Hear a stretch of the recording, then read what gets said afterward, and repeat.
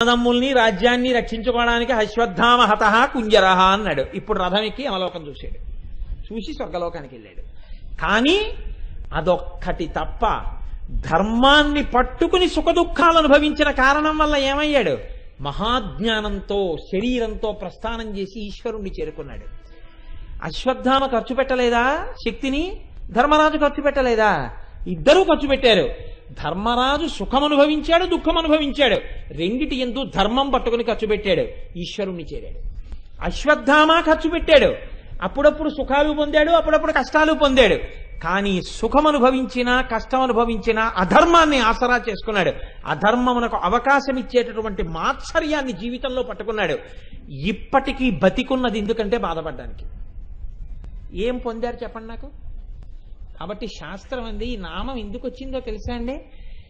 ఎంతకాలం బతికావు, ఎలా బతుకుతున్నావు కాదు, నీ తేజస్సుని ధర్మం పట్టుకొని ఖర్చు పెడుతున్నావా, ధర్మాన్ని పట్టుకొని సుఖదుఖములను అనుభవిస్తున్నావా, ఈ సుఖాన్ని పొందడానికి ఇది వదిలేస్తే చాలా తేలికని వదిలేయగలవా, పట్టుకుని దుఃఖమే అనుభవించగలవా? అలా అనుభవించగలిగితే నీకు వారాహి అనుగ్రహం ఉందని గుర్తు, నిన్నిలా ఇలా ఎత్తుతోందని గుర్తు, ఆవిడ మూపు మీద నువ్వు కూర్చున్నావని గుర్తు. ఈ ఎత్తినది అమ్మవారి ఇలా పైకెత్తి లలితాపరాభట్టారికలోకి నిన్ను కలిపేస్తుంది. కాబట్టి ఆ అమ్మవారి అనుగ్రహాన్ని నువ్వు స్తోత్రం చేస్తే ఆవిడ నిన్ను తీసుకెళ్లి ధర్మం యొక్క మూపు మీద కూర్చోపెట్టి పైకెత్తుతుంది. కాబట్టి నీకు ఆ ధర్మము ఆలంబనంగా చేతికి చిక్కాలి అంటే వారాహి ప్రార్థన చెయ్యవలసిందే. ప్రతిరోజు ఆ వారాహి మాతకి నమస్కరించవలసిందే. రోజు ఆవిడ్ని చూసి ఒక్క నమస్కారం చేస్తే ఆ ధర్మం వల్ల ఇళ్ళు ప్రశాంతంగా ఉంటాయి, అందరూ సంతోషంగా ఉంటారు. అందరిలో ఉన్న తేజస్సు భగవత్ కార్యంగా ధర్మబద్ధమైనటువంటి వ్యయం జరిగి సుఖ సంతోషాలతో ఉంటారు.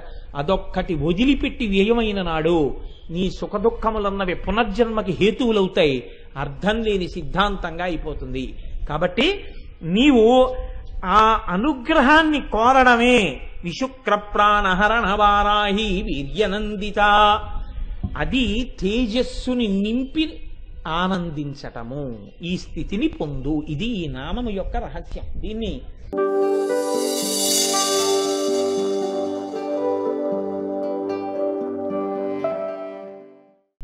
మంత్రిణ్యంబా విరచిత విషంగ వధతోషిత, ఆ నామాన్ని గురించి నిన్నటి రోజున మనం కొంతవరకు ముచ్చటించుకుని ఉన్నాం.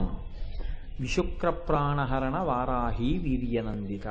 ఇవాళ ఈ నామం గురించి మీకు కొంత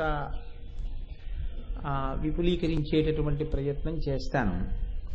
అమ్మవారి యొక్క దండనాథురాలు లేదా దండిని చేతిలో ఆ దండం పట్టుకుని సైన్యాన్నంతటినీ నిర్వహణ చెయ్యగలిగినటువంటి శక్తి కలిగినటువంటి సర్వసైన్యాధ్యక్షురాలైనటువంటి వారాహిమాత ఆ భండాసురుని యొక్క సైన్యంలో ప్రధానమైనటువంటి వాడు భండాసురుని యొక్క సోదరుడు. ఆయన యొక్క కుడిభుజంలోంచి జన్మించినటువంటి వాడు. ఆ జన్మించినటువంటి విశుక్రుడు అనబడేటటువంటి ఆయన్ని సంహారం చేసింది. కుడిభుజం ఎడం భుజం కన్నా, ఎడమ చేతి కన్నా కుడి చెయ్యి బలంగా ఉంటుంది. బలంగా ఉంటుంది కాబట్టి శరీర బలం ఉన్నవాడెవరో వారిని కుడి చేతిలోంచి వచ్చిన వాడు చంపడమే సమంజసంగా ఉంటుంది.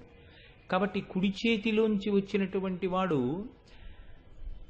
అమ్మవారి యొక్క సర్వసైన్యాధ్యక్షురాలైనటువంటి వారాహి చేతిలో మరణించాడు. కాబట్టి విశుక్రుడు సంహరింపబడినాడు. దాని చేత అమ్మవారు ఎంతో సంతోషించింది. వారాహి వీర్య నందిత. సహజం కదా, తన సైన్యాధ్యక్షురాలు సాధించినటువంటి విజయం పట్ల జగన్మాత చక్కటి ఆనందాన్ని పొందింది. మీరు నిన్నటి రోజున కూడా నేను విజ్ఞాపన చేసి ఉన్నాను మీతోటి. లలితా సహస్రనామ స్తోత్రంలో యుద్ధాన్ని వర్ణన చేసేటప్పుడు సర్గలుగా పెద్ద పెద్ద శ్లోకాలుగా చెప్పలేదు, ఒక్కొక్క నామంగా చెప్పి వదిలేశారు. అలా నామంగా చెప్పి వదిలిపెట్టేయడం వెనకాతల ఉండేటటువంటి ఉద్దేశ్యం కేవలం ఇది జరిగిపోయినటువంటి ఒక చరిత్ర, జరిగిపోయిన కథ అన్న దృష్టికోణంతో నువ్వు వినవద్దు. ఇందులో పరమరహస్యం ఒకటి ఉందని, ఈ పరమరహస్యాన్ని నువ్వు జీవితంలో గుర్తిరగవలసి ఉంటుందని జ్ఞాపకం పెట్టుకో అని. అసలు యథార్థానికైతే నాకైతే అనిపిస్తుంది, ఈ విశుక్ర ప్రాణహరణ వారాహి వీర్యనందిత అన్న నామాన్ని, అలాగే ఆ రాజశ్యామల విషంగుణ్ణి సంహరించినటువంటి ఇతివృత్తాన్ని ఈ రెండింటినీ కూడా పెద్దవారికే కాదు, యవ్వన ప్రారంభంలో ఉన్నటువంటి వారు ప్రధానంగా వినవలసినటువంటి నామములు. వాటిని మీరు కొంచెం పవిత్ర హృదయంతో కానీ సమన్వయం చేసుకోగలిగితే దాని యొక్క గొప్పతనం ఏమిటి అన్నది మీరు పట్టుకోగలుగుతారు. విశుక్ర ప్రాణహరణ వారాహి వీర్యనందిత. మనకి శరీరంలో తేజస్సు అని ఒకటి ఉంటుంది. ఈ తేజస్సుని మనం ఖర్చు పెట్టేస్తుంటాం. ఈ తేజస్సు ఎంత ఖర్చు పెడుతుంటే అమ్మవారు మళ్ళీ ఆ తేజస్సుని అంతగా తయారు చేస్తుంటుంది. ఇది యథార్థానికి శాస్త్రంలో ఏమంటారంటే, ఆయుర్వేద శాస్త్రంలో దీని గురించి కొంత చర్చ ఉంది. ఈ తేజస్సుని ఖర్చు పెట్టడం అనేటటువంటిది కేవలం ఏదో కొద్ది సుఖం కోసం, సంతోషం కోసం ఖర్చు పెట్టేయడం చాలా తేలికగా ఖర్చు పెట్టేస్తారు. కానీ ఇది తయారవడానికి, లోపల ఆ తేజస్సు తయారవడానికి, వీర్యము అన్న మాటని తేజస్సు అన్న పర్యాయ పదంతో మీరు సమన్వయం చేసుకునే ప్రయత్నం చేస్తే విశాలమైన అర్థం మీకు గోచరిస్తుంది. ఆ తేజస్సు కానీ నిరంతరము నష్టమైపోతే దానివల్ల మనిషి బలహీనుడైపోవడం ఒకటి, రెండు తేజోరహితుడైనటువంటి వ్యక్తి తొందరగా ఏ విషయాన్నైనా గ్రహించగలగడం, ఉత్సాహంగా కార్యాన్ని నిర్వహించగలిగినటువంటి సమర్థతతో ఉండడం ఉండదు. కారణం కేవలం తేజో నష్టమని మీరు భావన చేయకండి. దాని వెనక ఒక రహస్యం ఉంది. ఏమా రహస్యము అంటే విపరీత కామన. అస్తమానం శరీరము సుఖం పొందాలి, మనస్సు సుఖం పొందాలనేటటువంటి ఒక వెంపర్లాట ఎక్కువైపోతుంది. ఈ వెంపర్లాట ఎక్కువైనప్పుడు ఏమైపోతుందంటే శరీరంలో ఉండేటటువంటి తేజస్సు చాలా ఖర్చు అవుతుంది. అసలు మీరు ఎప్పుడైనా యోగ శాస్త్రానికి సంబంధించిన వ్యాఖ్యానాలు చూస్తే మీకు ఒక గొప్ప రహస్యం గోచరిస్తుంది. రెండు రకాలుగా తేజస్సు ఖర్చు అవుతుంది మనిషిలో. ఈ రెండు రకాలుగానే ఖర్చు అవుతుంది, ఇంకా మూడో రకం లేదు ఖర్చు అవడానికి. ఒకటి, మీరు ఏదైనా ఒక సుఖమును అనుభవించుట చేత తేజస్సు ఖర్చు అయిపోతుంది. ఉదాహరణకి నేను ఒక మంచి పాట విని చాలా సంతోషపడిపోతున్నాను అనుకోండి, అప్పుడు తేజస్సు ఖర్చు అయిపోతుంది. నేను అలా సంతోషం పొందుతున్నప్పుడు నా తేజస్సు కొంత ఖర్చు అవుతుంది. నేను కోప్పడుతున్నాను అనుకోండి ఎవరి మీద, కోప్పడుతున్నప్పుడు కూడా నా తేజస్సు ఖర్చు అయిపోతుంది. ఈ ఖర్చు అవ్వడంలో మీరు మనస్సు చేత, కామము చేత, విషయ వస్తువులలో ఉండేటటువంటి సుఖాన్ని అనుభవించేటప్పుడు ఎక్కువ తేజస్సు ఖర్చు అవుతుందా, మీకు సుఖం కలగకపోవడం వల్ల వచ్చినటువంటి కోపమునందు ఎక్కువ తేజస్సు ఖర్చు అవుతుందా? ఈ ప్రశ్న ఎందుకండి అని మీరు అడగచ్చు. కానీ మీరు జాగ్రత్తగా గమనించండి, తేజస్సుని రక్షించుకోవాలి అంటే రెండిటిలో ఏది అధమపక్షమో అని ప్రశ్న వేయవలసి వచ్చింది అనుకోండి. మీరు కోరుకున్న కోరికలు తీరడం వల్ల, మీరు సుఖాలు పొందడం వల్ల మీ యొక్క తేజస్సు ఎక్కువ ఖర్చు అయిపోతే, అంతకన్నా కోరిక తీరకపోవడం వల్ల వచ్చేటటువంటి కోపమే తేలిక కదండి ఎక్కువ తేజస్సు ఖర్చు అవ్వకపోతే. అలా చూసినప్పుడు ఒక లాభం ఉంది, ఎక్కువ తేజస్సు ఖర్చు అవ్వట్లేదు. కానీ మన కామము, మన కోరిక తీరినప్పుడు కలిగేటటువంటి తృప్తి అన్నది ఎప్పుడు మనస్సు చెప్తుందో, నేను సంతోషమును పొందినాను, తృప్తిని పొందినాను అని మనస్సు అన్నప్పుడల్లా, ఆ సుఖము పొందనప్పుడు కలిగేటటువంటి కోపము వలన ఖర్చు అయ్యేటటువంటి తేజస్సు కన్నా నేను తృప్తి పొందాను అని మనసు అన్నప్పుడు ఖర్చు అయ్యేటటువంటి తేజస్సే ఎక్కువ. ఎన్ని సుఖాలు అనుభవిస్తున్నానని మీరు అనుకుంటున్నారో అంతగా తేజో నష్టము జరుగుతుంటుంది. ఈ తేజస్సు శరీరమునందు కొంతకాలం నుంచి కొంతకాలం వరకే తయారవుతుంది. దీన్ని సభాముఖంగా చాలా కష్టపడి వివరణ చేయడంలో కొంత క్లేశం ఉంటుంది. అందున ఒక పరమ పవిత్రమైన సభలో దీని గురించి మాట్లాడడం అనేటటువంటిది కొంచెం క్లేశభూయిష్టంగా ఉన్నప్పుడు ఒక్క తేలిక మార్గం ఒక్కటే ఉంది. దాంతో తప్పుకోవడం తేలిక, అర్థమయ్యేటట్టుగా చెప్పేయడం కూడా చాలా తేలిక. గంట మాట్లాడవలసిన దాన్ని ఒక్క 10 నిమిషాల్లో చెప్పేయడం చాలా తేలిగ్గా ఉంటుంది. దాని చేత ఒక పూల తోటని నిర్మాణం చేసి ఆ పూల తోటని పెంచేటటువంటి ఒక తోటమాలి ఉన్నాడు. ఆయన ఒక బంజరు భూమి దగ్గరికి వచ్చి దాన్ని దున్ని చక్కగా తయారు చేసి నీరు పెట్టి నాగలి పెట్టి దాన్ని మళ్ళీ మెత్తగా మట్టి అయిపోయేటట్టుగా దున్ని, అప్పుడు దాంట్లో ఉండేటటువంటి రాళ్ళు పుల్లలు ఇలాంటివన్నీ ఏరేసి మట్టిని మెత్తగా పిసికి నీరు పెట్టి బాగా మెత్తగా ఉందన్న తర్వాత అప్పుడు దాంట్లోకి తీసుకొచ్చి పూల మొక్కలు నాటి జాగ్రత్తగా రక్షించి చీడా లేకుండా చూస్తే ఆ మొక్కలు పెరిగి పెద్దవైన తర్వాత ఇప్పుడు అవి ఏపునకొచ్చినటువంటి మొక్కలకి మంచి మంచి పువ్వులు పూసాయి. ఇప్పుడు మంచి సువాసనతో కూడుకుని ఉన్నటువంటి ఈ పువ్వులన్నిటినీ కోసి ఒక బుట్టలో వేసి ఆ పువ్వులలో ఉండేటటువంటి సువాసనతో కూడినటువంటి పరిమళ ద్రవ్యాలన్నింటినీ కూడా పిండి అత్తర్ తయారు చేశాడు. ఇన్ని పువ్వులలోంచి ఇంత అత్తర్ సీసా వచ్చింది. ఇప్పుడు ఇంత కష్టపడి తయారు చేసినటువంటి ఇంత అత్తరు మలమూత్రముల వాసనతో కూడి ఉండేటటువంటి ఒక మురుగుడు కాల్వయందు అస్తమానం పోసేయడంలో ఆనందాన్ని పొంది తీసుకెళ్లి ఇంత కష్టపడి తయారు చేసినటువంటి అత్తర్ని అస్తమానం పోసేయడం అలవాటు చేశాడు. ఇప్పుడు అతన్ని మూర్ఖుడని లోకం పిలుస్తుందా పిలవదా? నాకు ఒక్క మాట చెప్పండి, పిలుస్తుందా పిలవదా?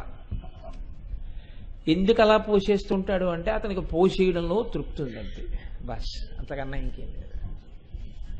దానికోసం అతను మురుగుడు కాల్వలో పోస్తుంటాడు. దానివల్ల 1-2 మాటలు అతనికి ఒక ప్రయోజనం కలిగి ఉండి ఉండవచ్చు, అంటే అతను పితృరుణం నుంచి విముక్తుడై ఉండి ఉండవచ్చు. కానీ శుక్రము అంటే తేజస్సు అని ఒక పేరు శాస్త్రంలో. తన తేజస్సుని తాను కేవల సుఖము కొరకు నిరంతర వ్యయం చేయడంలో మనసు కామలంపటమునందు లగ్నమై ఉన్నవాడు. ఇది హీనమైనటువంటి ప్రవృత్తి దగ్గర నుంచి అతి కామన వరకు ఉంటుంది. అతి కామన అంటే అన్ని వేళలా అది స్త్రీ పురుష సంబంధమైన కామనే అయి ఉండి ఉండక్కర్లేదు. ఎప్పుడూ సుఖాల కోసం వెంపర్లాటే. అందుకే సనాతన ధర్మంలో మీరు చూడండి, ప్రయత్నపూర్వకంగా మీరు ఈశ్వరుడి పేరు చెప్పి కొద్దిగా నియమాన్ని పాటించవలసినటువంటి అవసరాన్ని ఏర్పాటు చేసి ఉంచుతారు. ఎందుకు ఉంచుతారో తెలుసా అండి? దాని యందు మీకు తెలియకుండానే శరీరానికి ఒక పరిశ్రమ ఉంటుంది, శరీరానికి ఒక క్రమశిక్షణ ఉంటుంది, మీ శరీరానికి మనస్సుకి ఒక శౌచం ఉంటుంది. ఉపవాసము అన్న మాట ఎందుకు తీసుకొచ్చారో తెలుసా అండి? పెద్దలే చెప్తారు, ఉపవాసము పుట్టని కొట్టుటయే, పాముని కొట్టుట కాదు. కానీ మరి ఎందుకు పెట్టారు ఉపవాసం అంటే, ఉపవాసము అనేటప్పటికీ ముందు మీరు మీ శరీరాన్ని నియంత్రిస్తారు. ఎంత పదార్థం అవసరమో అంత పదార్థమే తీసుకుంటారు. ఇప్పుడు లోపల నిలవ ఉండిపోయినటువంటి అత్యధికమైనటువంటి శక్తి ఖర్చు అవుతుంది. ఆ ఖర్చు అవ్వడాన్ని ఈశ్వరముఖం చేస్తారు. ఆ రోజంతా భగవంతుడికి దగ్గరగా నిలబడి, ఉపవాసము అంటే భగవంతునికి దగ్గరగా ఉండుట. కాసేపు భజన చేస్తారు, కాసేపు కీర్తనలు పాడతారు, కాసేపు భగవత్ సంబంధమైనటువంటి కీర్తనలు వింటారు, కాసేపు సహస్రనామం చేసుకుంటారు, కాసేపు పూజ చేసుకుంటారు, కాసేపు ఏదో గజేంద్ర మోక్షం చదువుకుంటారు, ఇంకా కాసేపు లలితా సహస్రానికి వ్యాఖ్యానం చదువుకుంటారు. మార్చి మార్చి మార్చి మార్చి మార్చి మార్చి ఇంద్రియాలన్నింటినీ కూడా ఉపవాసం వైపుకు పెడతారు. ఇది మీరు చెయ్యండి అని వదిలేశారనుకోండి, మీరు చేస్తారు, చేయకపోతారు. అందుకని ఏం చేశారంటే ఏకాదశి ఉపవాసం అన్నారు. ఏ ఏకాదశి నాడు ఎందుకు పెట్టాలి? త్రయోదశి నాడు పెట్టకూడదా, లేకపోతే పంచమి నాడు పెట్టకూడదా ఉపవాసం? పెట్టలేదు, ఏకాదశి నాడే ఉపవాసం అన్నారు. ఏకాదశి నాడు ఉపవాసం అని ఎందుకన్నారో తెలుసా అండి?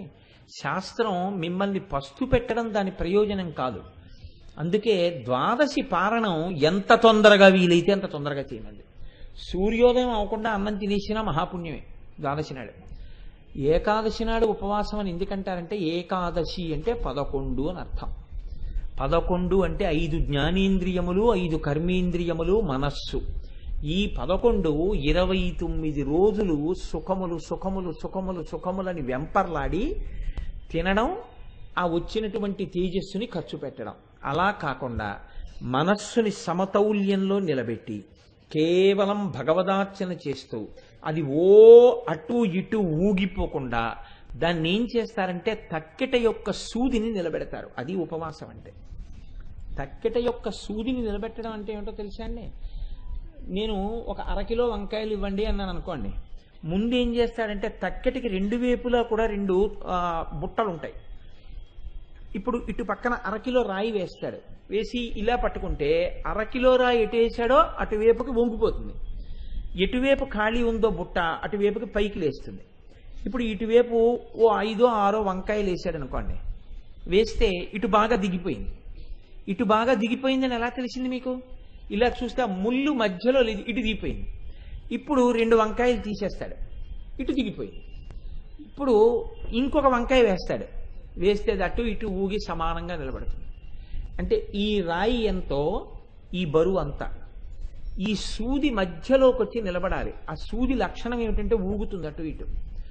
ఊగే సూది ఊగకుండా నిలబడితే అయిపోయింది, సరిపోయింది. మీకు ఇటు ఇటు సరిపోయింది.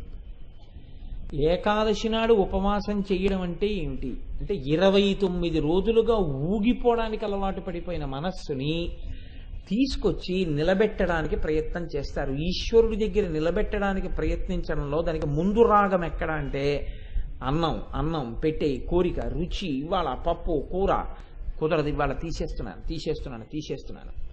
అందుకే పూర్వం ఏకాదశి అంటే ఎవరింటికన్నా వెడితే సత్యనారాయణ స్వామి వారి ప్రసాదం లాగా ఇవాళ ఏకాదశి అంటే ప్రసాదం చేసామండి మా ఇంట్లో. దాని పేరే ప్రసాదం. ఏకాదశి నాడు ఏం తింటారంటే ప్రసాదం తింటామండి. ఆ గోధుమ నూకతో చేసినటువంటి పదార్థం కొంచెం తీసుకుంటారు, అది కూడా విశేషంగా తీసుకోరు. తీసుకుని శరీరం కళ్ళు తిరిగి పడిపోయేటట్టుగా ఉంది అంటే మళ్ళీ ఓ గ్లాసులు పాలిస్తారు దానికి. ఇప్పుడు ఊగిపోవడానికి అలవాటు పడిపోయిన దాన్ని శరీరాన్ని పట్టుకుని నియంత్రణ చేస్తారు. ఎందుకంటే తిన్నగా మనసుని పట్టుకోలేరు కాబట్టి ముందు మనసుని శరీరాన్ని సత్వగుణంతో నింపుతారు. ఆ రోజున నింపుతుంటే దానికి కూడా ఊగులాట తగ్గుతుంది. తగ్గిన తర్వాత భగవదభిముఖం చేస్తే అది అంతర్ముఖమై మెల్లగా ప్రశాంతపడి వచ్చి అలా నించుంటుంది. అలా నిలబడితే మీకు ఏకాదశి ఉపవాసం చేత మీ యందు తేజోవృద్ధి కలుగుతుంది. అందుకని తేజోవృద్ధి కలగడానికి నెలకొక రోజు ఉపవాసం చేయించింది శాస్త్రం. శౌచము అన్న మాట అందుకు పెట్టారు. చేతకాని వాళ్ళై అక్కర్లేక మడిబట్ట కట్టుకోండి అని, అక్కర్లేక నైవేద్యాలు పెట్టండి అని ఏం పెద్దవాళ్ళు చెప్పలేదు. వాళ్ళు ఏది చెప్పినా దాని వెనకాతల ఒక మర్మం ఉంటుంది. మీకు బాహ్య శౌచము లేకపోతే అంతఃశౌచము సిద్ధించదు. అందుకని బాహ్య శౌచ అంతఃశౌచములను రెండింటినీ చేకూర్చి మీ మనసుని నిలబెట్టడం ప్రధాన ప్రయోజనం అయి ఉంటుంది. ఈ తేజోనష్టము నివారింపబడాలి. ఎందుకో తెలుసా అండి? ఇప్పుడు నేను మీకు చెప్పాను, ఇది అరకిలో రాయేసింది ఎందుకు అంటే అరకిలో వంకాయలు తెచ్చుకోవడానికి. కామన కామన కామన కామన అని తిరుగుతున్నారనుకోండి, మీకేమిటంటే బాధ అని అడగచ్చు. 2 పోతుంటాయి. ఒకటి కాలం పోతుంటుంది, పోయిన కాలం మీకు రాదిహ. కాలం పోవడం అంటే ఊపిర్లు పోతాయి. ఊపిర్లలోనే ఈశ్వరుడు ఏం చేస్తాడంటే మీకు ఆయుర్దాయాన్ని నిర్ణయం చేసేస్తాడు. ఎక్కువ సుఖాలు అనుభవిస్తున్న కొద్దీ ఊపిర్లు ఎక్కువ వ్యయమైపోతాయి, ఎక్కువ కోప్పడుతున్న కొద్దీ ఎక్కువ ఊపిర్లు అయిపోతుంటాయి. మీరు ప్రశాంతంగా ఉంటే ఊపిరి సమతౌల్యంగా ఉంటుంది. కాబట్టి ఇప్పుడు 1 తేజో నష్టం, 2 కాల నష్టం, 2 పోతుంటాయి. ఈ 2 పోవడం ఏ కారణం చేత పోతున్నాయి అంటే అదే కుడి చెయ్యి అని చెప్పారు. మీరు చూడండి, సాధారణంగా ఎవరికైనా ఏమైనా ఇస్తున్నారనుకోండి, ఇలా ఇచ్చారనుకోండి కుడి చేత్తో ఇవ్వండి అంటారు. మీరు పుచ్చుకుంటున్నారనుకోండి, ఎడం చేయి చాపితే కుడి చేత్తో పుచ్చుకోండి అంటారు. ఇచ్చుకోవడం పుచ్చుకోవడం ఈ 2 దేంతో జరుగుతాయంటే కుడి చేత్తో జరుగుతాయి. అన్నీ కుడి చేత్తోనే చేస్తారు ఇచ్చి పుచ్చుకోవడాలని. ఇచ్చి పుచ్చుకోవడం ఇక్కడ కాదు. మీరు ఈ శరీరాన్ని పుచ్చుకున్నందుకు మళ్ళీ ఇది పుచ్చుకోవడానికి ఈశ్వరుడికి ఏమి ఇస్తున్నారు. లేకపోతే ఇక మళ్ళీ ఇలాంటి పుచ్చుకోనవసరం లేకుండా ఏది ఇచ్చుకుని అలాంటి స్థితికి వెళ్ళిపోతారు. అదొక్కటి వదిలేసి మిగిలిన ఇచ్చి పుచ్చుకోవడాలన్నీ దీనికి అలవాటు పడ్డాయనుకోండి, దాని ఫలితాలు లోపల ఖాతాలో పడిపోతాయి. మీరేమి సంపాదించారు, మీరేమి అనుభవించారు కాదు, మీరు ఎలా సంపాదించారు, ఎలా అనుభవించారు ఈశ్వరుడు చూస్తాడు. మనమేం చూస్తామంటే ఎంత సంపాదించాం, ఎన్ని అనుభవించాం ఈశ్వరుడు మనం చూస్తాం. ఎలా సంపాదిస్తున్నావు, ఎలా సుఖపడుతున్నావు ఈశ్వరుడు చూస్తాడు. ఎందుకు చూస్తాడో తెలుసా అండి? ఇచ్చినవాడు ఆయనే. అసలు దీన్ని ఆయన ఇచ్చాడు. దీన్ని ఎవరూ నిర్మాణం చేయలేదు, ఈశ్వరుడు నిర్మాణం చేశాడు. దీన్ని విశ్వకర్మ. ఆయన పెట్టకపోతే ఈ చర్మం ఎవరు కప్పారు? చర్మము, రక్తము, మాంసము, కొవ్వు, అస్థి, శుక్ల, మేధ 7 పదార్థములతోటే తయారు చేశారు దీన్ని. ఆ 7 అందులో 6వదైనటువంటి శుక్లమే శుక్రము. కాబట్టి ఇప్పుడు ఈ తేజోనష్టం కలగకుండా ఈ శరీరాన్ని నియంత్రించకపోతే అది ఎప్పుడూ ఏం చెప్తుందంటే సుఖాన్ని అనుభవించు, సుఖాన్ని అనుభవించు, సుఖాన్ని అనుభవించు. పోని అనుభవించే శరీరం సుఖాన్ని అనుభవించి ఇది సుఖం అని అంటుందని మీరు అనుకుంటున్నారా? అదొక్కనాటికి అందం. కాసేపు సుఖం అంటుంది, ఓ అరగంట ఆగి దుఃఖం అంటుంది. ఎందుకంటుందో తెలుసా అండి? దానికి మనసుకి పెద్ద లింక్ ఒకటి పడిపోయి ఉంటుంది. అది అక్కడ వస్తుంది పెద్ద సమస్య అంతా. దీనికి సుఖం ఉండదు, దీనికి దుఃఖం ఉండదు. దీన్ని అడ్డు పెట్టి అది ఆడుతూ ఉంటుంది అసలు. ఇది మీకు చాలా తేలిగ్గా అర్థమైపోవాలంటే నేను మీకు ఒక మాట చెప్తాను, మీరు పట్టేసుకుంటారు. నా దగ్గర ఒక మిక్సీ ఉంది. ఇప్పుడు ఆ మిక్సీ చక్కగా ఉంది పైకి చూస్తే. బోర్డులో స్విచ్ వేస్తే కరెంటు సప్లై అవుతోంది అని చెప్పి రెడ్ లైట్ వెలుగుతోంది బోర్డులో ఉన్న స్విచ్ మీద. కరెంట్ ఉంది, మిక్సీ ఉంది. నా దగ్గర కొబ్బరి ముక్కలు ఉన్నాయి కాబట్టి నేను కొబ్బరి పచ్చడి చేసుకుందాం అనుకున్నాను.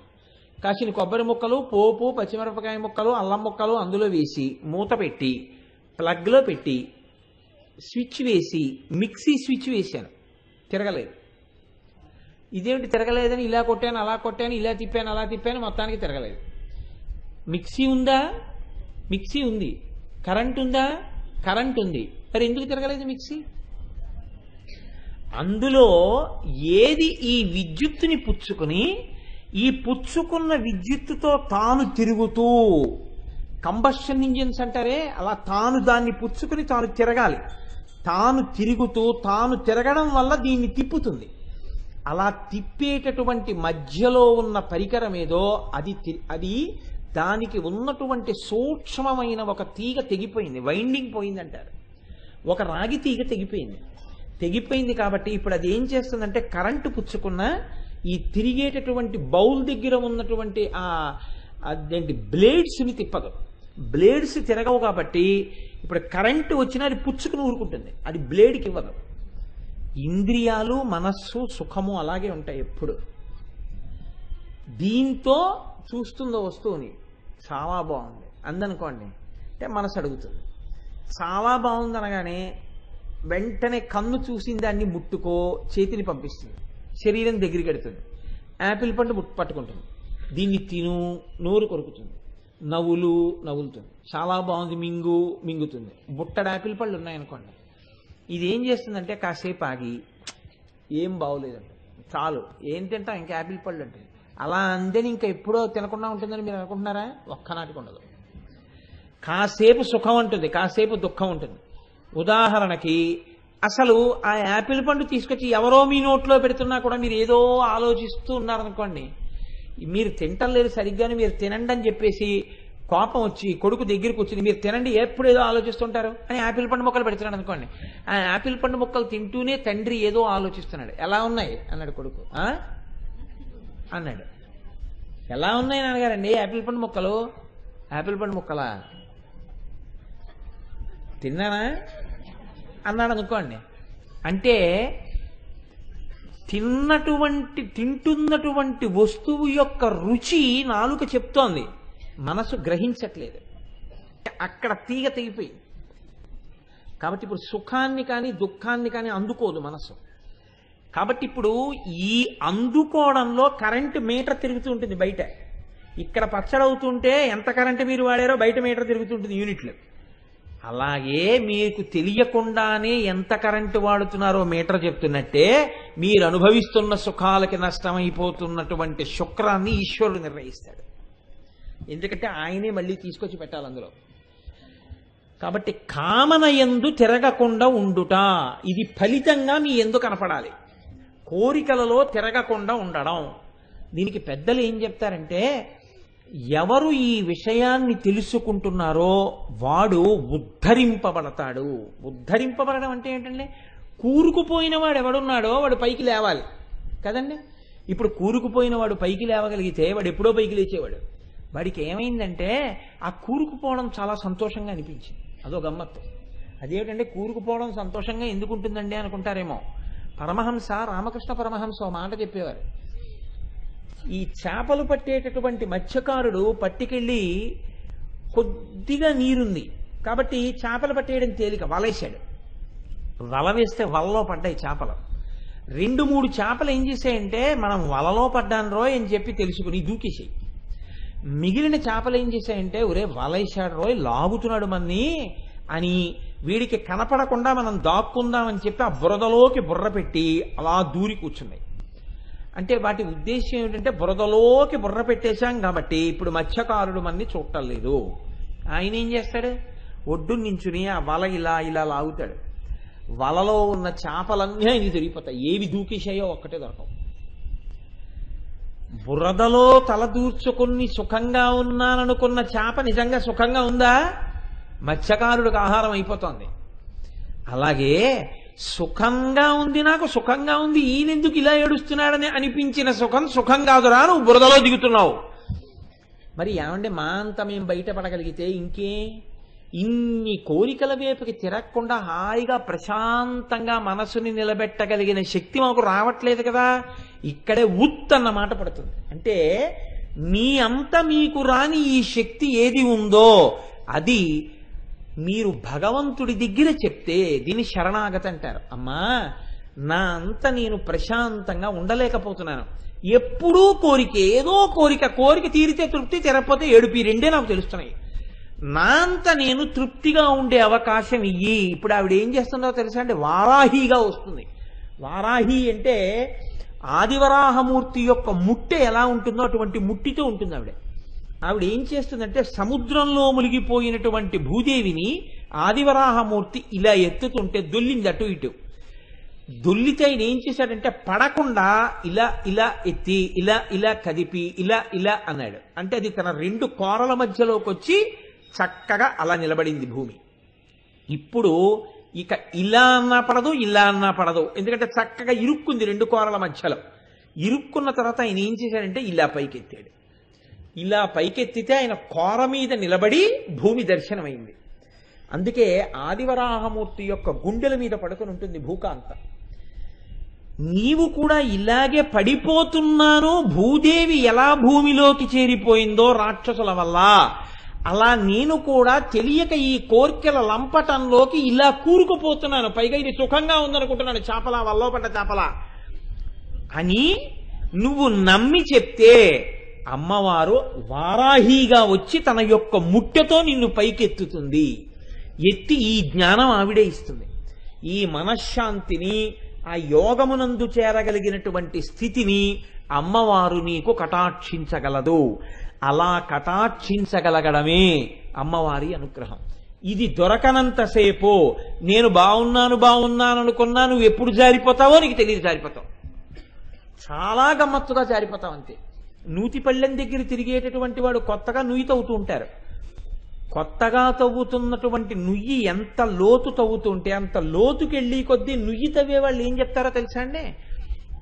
ఇంకా బాగా లోపలికి వెళ్తున్నాము అన్నప్పుడు నడువుకి తాళ్లు కట్టుకుని వాళ్ళు ఏం చేస్తారంటే ఏ క్షణంలోనైనా సరే తమని లాగడం కోసమని ఒడ్డును సిద్ధంగా ఉండమంటారు.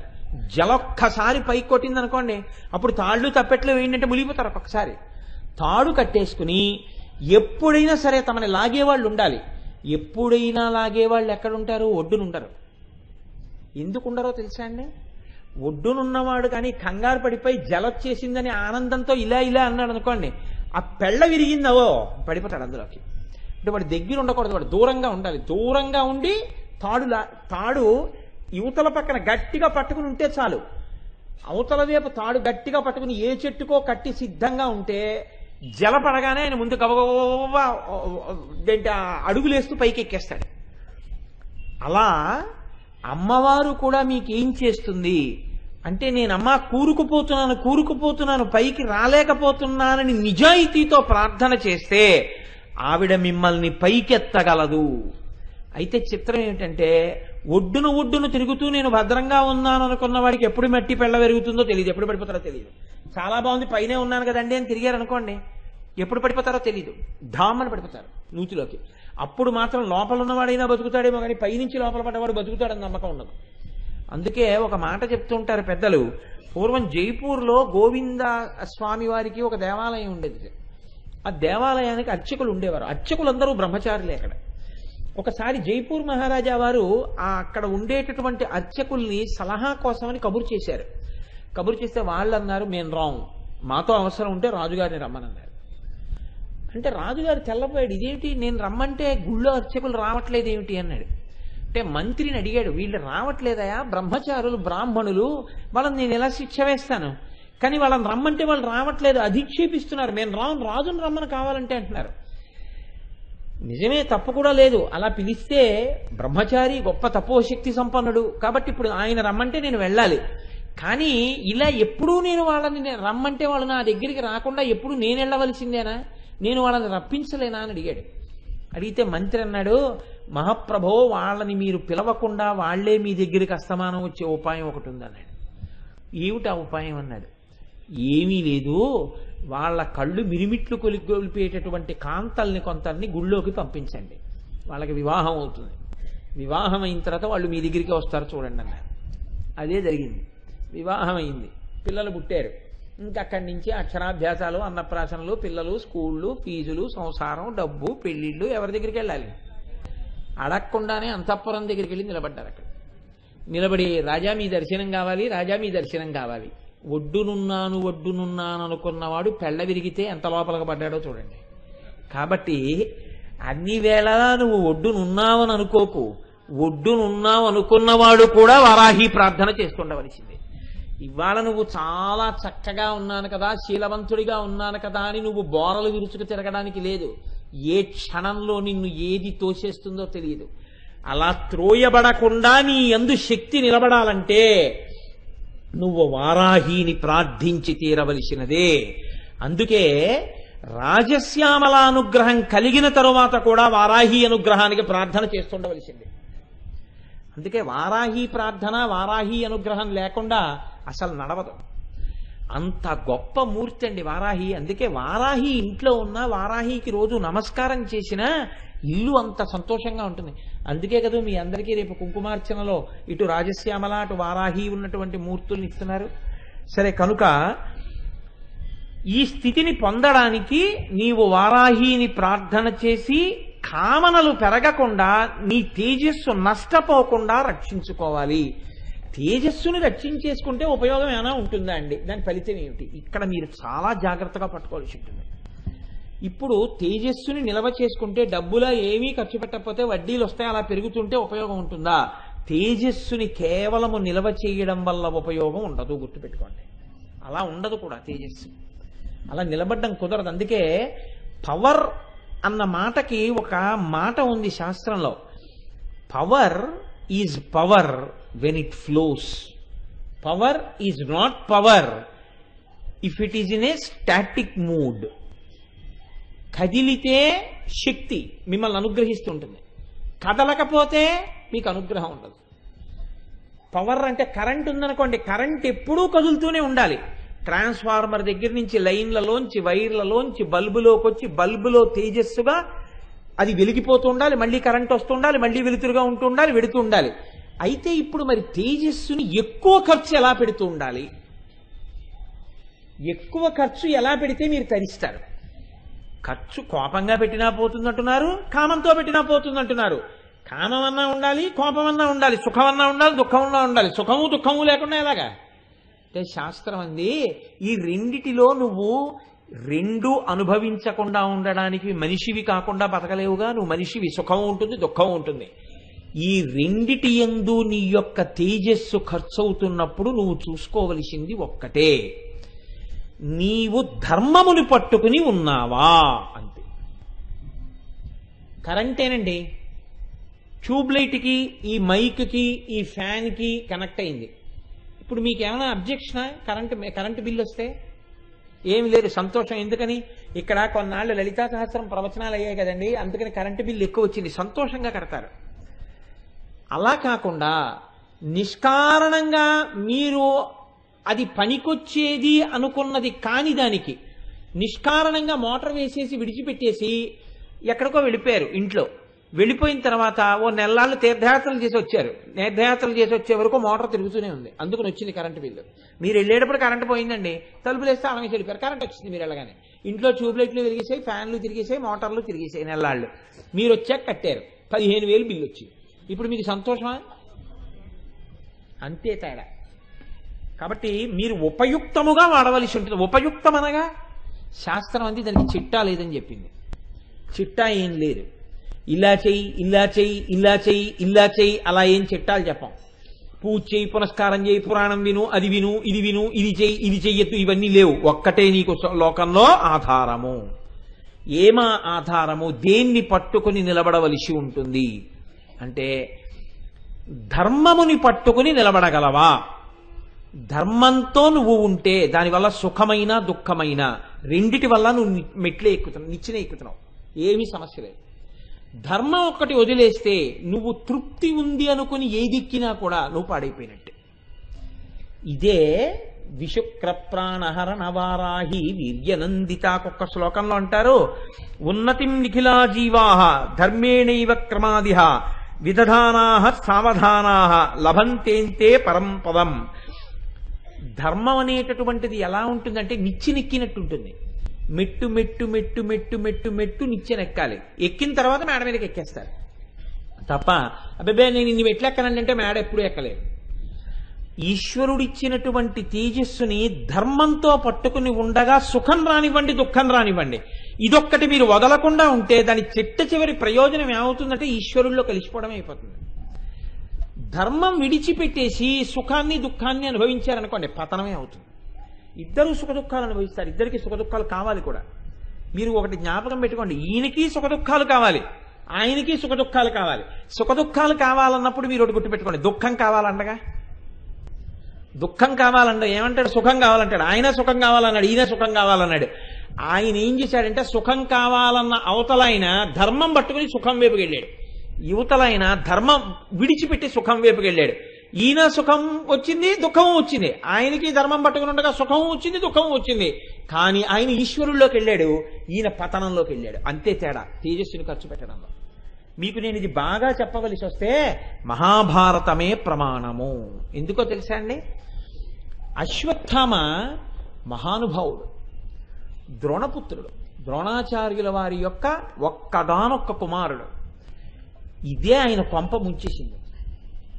ఇదొక్కటే ముంచేసిందండి ఆయన కొంప, ఇంకేమి లేదు ఆయనకి. ఆయన పాడైపోవడానికి కారణం ఏమిటో తెలుసా? మహాభారతంలో ఆయన ద్రోణుడు కొడుకు అవ్వడమే కారణం. కేవలం ద్రోణుడు కొడుకు కాబట్టి అశ్వత్థామ పాడైపోయాడు. అదేమిటంటే మీరు అలా అంటారో నన్ను అడగచ్చు మీరు. ఆయన జీవితం పాడైపోవడానికి ప్రధాన హేతువు ఇది. అంటే నేను ద్రోణాచార్యుల వారి కొడుకుని కాబట్టి ఏదైనా మా నాన్నగారు అందరికన్నా నాకు ఎక్కువ చెప్పాలి, మా నాన్నగారంతటి వాణ్ణి నేనే అవ్వాలి. ఇది సక్రమ మార్గం అయితే పర్వాలేదు. ఈ పోటీ అతనికి అసూయగా మారింది. ఎందుకని? ఒక ఇంట్లో ఒక మహాపురుషుడు ఉండొచ్చు. మా నాన్నగారి అన్నదమ్ములు 5 అన్నదమ్ములకి చాలా మంది బిడ్డలు ఉన్నారు. ఉన్న అందరిలో ఎప్పుడైనా ఇలా భగవత్ సంబంధమైనటువంటి మాటలు చెప్పే అలవాటు ఈశ్వరుడు నాకొక్కడికే ఇచ్చాడు ఎందుకో. అలాగని మిగిలిన వాళ్ళు అసూయ పడలేరు, చాలా సంతోషించారు. ఒరే నువ్వు ఏదో చెప్తుంటావురా అన్నారు. ఇప్పుడు ఇందులో పోటీతత్వం పెరిగి అర్థం లేని తనం వచ్చింది అనుకోండి, మేము అందరం ఆ అన్నదమ్ముల బిడ్డలమే, వీడొక్కడే చెప్పడం ఏమి అన్నారు అనుకోండి, అసూయగ్రస్తం అవుతుంది. చెప్పలేనితనం ఉండి వాడు చెప్తున్నాడన్న భావన లాగానే ఈ మధ్యలో ఉన్న శూన్యం ఎలా నిండుతుంది? అసూయతో నిండుతుంది. అశ్వత్థామ పరిస్థితి అదే వచ్చింది. ఎందుకు వచ్చింది? అర్జునుడు వచ్చాడు. అర్జునుడు గురువుగారి హృదయాన్ని చూరగొన్నాడు. అందుకని మంచి యోగ్యుడైన శిష్యుడిగా ద్రోణుడు ఏం చెప్పినా పట్టుకున్నాడు అర్జునుడు. అలా విద్య నేర్చుకునే శిష్యుడిని చూస్తే గురువు చెప్పకుండా ఉండలేడు, చెప్తున్నాడు. చెప్పేటప్పుడు అర్జునుడిని వేరుగా కూర్చోబెట్టి చెప్పలేదు, అశ్వత్థామని వేరుగా కూర్చోబెట్టి చెప్పలేదు, ఇద్దరిని కలిపి కూర్చోబెట్టి చెప్పాడు. చెప్పిన అశ్వత్థామ పట్టుకోలేకపోయాడు. ఎందుకు పట్టుకోలేకపోయాడో తెలుసా అండి? ఒకటే, ఇది వీడికి కానీ బాగా అర్థమైపోతుందా, వీడికి కానీ బాగా అర్థమైపోతుందా, ఇదే బాధ. ఎప్పుడూ ఈ బాధ ఉండడంలో మనసు నిలబడలేదు. తనకన్నా ఇద్దరిని బాణం వేయమంటే అర్జునుడు బాగా వేసేవాడు, తను వేయలేకపోయాడు. అర్జునుడు వేస్తున్నాడు అనగానే బెంగ, వీడు వేసేశాడు నేను వేయగలనా, వీడు వెయ్యకుండా ఉంటే అంత బాగుండేది. మనసుకి కేంద్రీకరణ పోయింది, వేయలేడు. పోని తన్ని ముందేయమన్నారు, నేను వేయలేకపోతే అర్జునుడు వేసేస్తాడేమో, ఇప్పుడు వేయలేడు. వేయలేకపోతే వచ్చిన నష్టం ఏంటి? అర్జునుడు నాకన్నా గొప్పవాడని ఓ మాట అంటే సరిపోయేది. నేను ద్రోణుడు కొడుకుని, నేనవ్వాలి ద్రోణుడి తర్వాత విద్యలో, వీడెవరంత వాడవడానికి? ఈ అసూయ ఎక్కడి వరకు వెళ్ళిపోయిందో తెలుసా అండి? ఏదో ఒక్కటి అర్జునుడికి రాకుండా చెయ్యాలనుకున్నాడు. చీకట్లో బాణం వేసే శక్తి మాత్రం అర్జునుడికి రాకూడదు. అందుకే అన్నం వడ్డించే ఆయన్ని మహాభారతం చదివితే మీరు తెల్లబోతారు అసూయ ఎక్కడి వరకు వెళుతుందో. ఎట్టి పరిస్థితుల్లో రాత్రి అర్జునుడు అన్నం తినేటప్పుడు మాత్రం దీపం నిధనం అవ్వకూడదు. దీపం లేకుండా అన్నం తింటానని అడిగినా ఎప్పుడూ పెట్టవద్దు అని చెప్పాడు. చీకట్లో కాని అర్జునుడు అన్నం తిన్నాడో ఊహ చేత ఇటు కూర ఉంటుంది. ఎందుకంటే శాస్త్రంలో కూరలు ఎటుండాలి, పచ్చళ్ళు ఎటుండాలి, విస్తట్లో శాస్త్రం ప్రకారం వడ్డించాలి. కాబట్టి ఆ లెక్క ప్రకారంగా కుడి చేతి వైపు నుంచి ఎడం చేతి వైపు నుంచి తినేసి విస్తర్లో ఒక్క మెతుకు లేకుండా ఉత్తరాపోసనం పట్టేశాక దీపంలో చూస్తే, అంటే ఈ కంటితో చూడకపోయినా లక్ష్యాన్ని కొట్టవచ్చని అర్జునుడు కాని గుర్తుపట్టాడో చీకట్లో కూడా బాణాలు ప్రయోగించేస్తాడు. ఆ విద్యని ఇక్కడికి తెచ్చేస్తాడు. ఎందుకంటే ఆయనకు ఆ శక్తి ఉంది. అందుకని చీకట్లో అన్నం తినే అలవాటు లేకుండా చూడు, చీకట్లో అన్నం తినకుండా చూడు. ఎన్ని మారులో చెప్పాడు. అదొక్కటి అర్జునుడికి రాకుండా చూద్దామని. ఈశ్వర నిర్ణయాలు వేరుగా ఉంటాయి. ఒక రోజున అన్నం తింటుంటే పెద్ద కాలొచ్చి దీపం నిధనమైంది. చీకట్లో తినద్దంటారు మన వాళ్ళు, ఆగమన్నారు. అర్జునుడు అనుకున్నాడు, ఈ చీకట్లో నేను విస్తట్లో మెతుకు లేకుండా తినగలిగితే, పప్పులో కూర, కూరలో పచ్చడి కలపకుండా, నాకు లక్ష్యశుద్ధి ఉన్నట్టు. అప్పుడు నేను లక్ష్యాన్ని మనోనేత్రంతో చూసి కొట్టగలను. కాబట్టి అందుకిది నేను పరిశీలనగా తింటానని తినేశాడు దీపం పెట్టే లోపల. విస్తట్లో మెతుకు లేదు అంతే. ఇక్కడ ఉత్తరాపోసనం బట్టి బయటికి వెళ్ళి కటిక చీకట్లో బాణప్రయోగం మొదలెట్టాడు. సూర్యోదయం అయ్యేటప్పటికి తను ఏ లక్ష్యాలు కొట్టాలనుకున్నాడో వాటిని కొట్టేశాడు. చీకట్లో బాణప్రయోగంలో ఆరితేరిపోయాడు. అశ్వత్థామ కడుపు మండిపోయింది. మీరు జాగ్రత్తగా చూడండి, ఏమైపోతున్నాడు అశ్వత్థామ? ఈశ్వరుడు ద్రోణపుత్రుడిగా పుట్టించాడు, గురుపుత్రుడిగా పుట్టించాడు, గురువుతో సమానమైనటువంటి గౌరవాన్ని ఇప్పించాడు. ఏమైపోయాడు? అసూయాగ్రస్తుడైపోయాడు. ఈ అసూయ పాండవులకి వ్యతిరేకం చేసింది. ఇటువైపుకి వచ్చాడు, కౌరవుల వైపుకి. ఆఖరికి తన తండ్రి కుత్తుక దుష్టజ్యుమ్నుడు కోసేయడం చూశాడు. కడుపులో బాధ, పాండవుల్ని చంపేయాలి, చంపలేడు. తండ్రి బతికున్న రోజుల్లో ఒక మాట అడిగాడు, నాకు బ్రహ్మాస్త్ర ప్రయోగం నేర్పు అని అడిగాడు. నేర్పను అంటే అర్జునుడికి నేర్పావు, నాకెందుకు నేర్పవు అంటాడు. నేర్పితే చాలా దుడుకు స్వభావం ఉన్నవాడు, అసూయతో ఉన్నవాడు, మాత్సర్యంతో ఉన్నవాడు, సహనం లేనివాడు దేని మీద వేస్తాడో తెలియదు. అందుకని తండ్రి ఏం చేశాడంటే చెప్పాడా చెప్పలేదా అన్నట్టుగా చెప్పి చెప్పనట్టు చెప్పాడు. ప్రయోగం నేర్పి ఉపసంహారం చెప్పకుండా వదిలేశాడు. ఇప్పుడు ఉపసంహారం తెలియదు కాబట్టి వెయ్యడు అనుకున్నాడు. ద్రోణుడు చచ్చిపోయాడు కురుక్షేత్రంలో. చచ్చిపోయిన తర్వాత ఇతని కడుపు మంటగా ఉంది. ఈ అసూయ ఎప్పటి నుంచో ప్రబలిపోయి ఉంది. కానీ ఏమీ చేయలేడు. పాండవుల్ని పడిపోయి ఉన్నాడు. దుర్యోధనుడు తొడలు విరిగిపోయి యుద్ధభూమిలో నిష్కారణ ప్రతిజ్ఞ ఒకటి చేసేశాడు. అక్కడికి వచ్చి, నువ్వు చూస్తుండు, నేను చంపేస్తాను పాండవులందరినీ అన్నాడు. పాండవుల వంశం లేకుండా చేసేస్తాను, నువ్వు ఆఖరి శ్వాస తీసే లోపల నీకు ఈ వార్త చెప్పేస్తానన్నాడు. అప్పటికే నొరగలు కక్కుతున్నాడు, నెత్తురు కారిపోతోంది దుర్యోధనుడికి. ప్రాణం పోయే లోపల చంపాలి, ప్రతిజ్ఞ తేలిక చేసేశాడు. వచ్చి కూర్చున్నాడు కృపాచార్యుడితోటి తానును. ఎలా చంపుతాడు? పాండవుల్ని చంపడం అంత తేలిక. అక్కడ కృష్ణుడు ఉన్నాడు అవతల శిబిరంలో. ఎలా చంపుతాడు? చంపలేడు. పరితాపం పొందేస్తున్నాడు.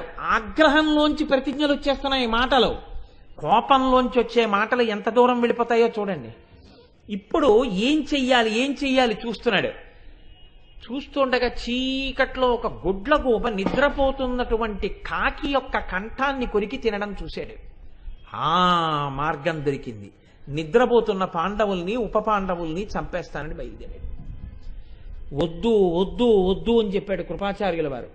చెప్పినా వినకుండా నిద్రపోతున్న దుష్టజ్యుమ్నుడిని, శిఖండిని, ఉప పాండవుల్ని, ఏనుగుల్ని, గుర్రాల్ని కూడా చంపేశాడు. చంపేసిన తర్వాత అంటే ఉన్మాదం అన్నమాట. ఇప్పుడు ఆ ఉన్మాదం ఎక్కడి వరకు వెళ్ళిపోయిందంటే అర్థం లేని పగ. ఇది చిన్నప్పటి నుంచి అవకాశం ఇచ్చేసాడు, నేర్చేసుకున్నాడు. లోపల శక్తి దుర్వినియోగం చేసుకోవడం నేర్చుకున్నాడు. నిష్కారణంగా కట్టి ఉన్న ఏనుగులు, గుర్రాల యొక్క తొండాలు, తోకలు కూడా కోసేశాడు. పాండవుల కోసం వెతికాడు. అయితే ఈశ్వరుడు ఎక్కడున్నాడో అక్కడ నిర్ణయం వేరుగా ఉంటుంది. అశ్వత్థామ పగపట్టి ఉన్నాడని గుర్తుపట్టినటువంటి కృష్ణుడు ఆ రోజు పాండవులు అక్కడ పడుకోకుండా దూరంగా తీసుకెళ్లిపోయి నదికి ఆవల వైపు పడుకోబెట్టాడు. పాండవులు దొరకలేదు. ఇక్కడ చప్పుడయ్యేటప్పటికీ ఇక్కడ ఇంత అల్లరి చేసి అందరూ నిద్రపోయి ఆదమరుపుగా ఉండగా అలజడి సృష్టించి ఇంత ప్రాణ నష్టం చేసిన వాడికి పిరికితనం వచ్చింది. పారిపోయాడు. పారిపోయి చూడండి, అందరూ ఆదమరిచి సంతోషంగా ఉండే ప్రదేశంలో అందరూ చచ్చిపోయేటటువంటి ఒక తప్పు పని చేసి తాను దొరుకుతానేమోనని దొరకకుండా పారిపోయే వాళ్ళు ఉంటారే, వాళ్ళకి గురువు అశ్వత్థామ మొదట్లో. కాబట్టి ఇప్పుడు పారిపోయాడు. పారిపోయి ఎక్కడ దాక్కున్నాడు? వ్యాసాశ్రమంలోకి వెళ్ళి మునివేషం వేసుకుని దాక్కున్నాడు. ప్రార్థనా స్థలాల్లో దాక్కున్నాడు. వెళ్ళి దాక్కుంటే వదిలిపెడతారా పాండవులు? వచ్చారు. అదుపు ఆజ్ఞ లేకుండా బ్రహ్మాస్త్రం వేశాడు. ఉపసంహారం రాదు. ఇప్పుడు అర్జునుడు రెండింటినీ ఉపసంహారం చేశాడు. కృష్ణ పరమాత్మ చెప్తే రెండింటినీ ఉపసంహారం చేశారు. కట్టారు, తీసుకెళ్లారు, అక్కడ పెట్టారు. తలలో ఉన్న రత్నం కూడా తీసేశారు. తిరిగి వచ్చి దుర్యోధనుడికి చెప్పాడు, నేను ఇవాళ ఉపపాండవుల్ని దుష్టజుమ్నుల్ని అందరినీ చంపేశానని చెప్పాడు.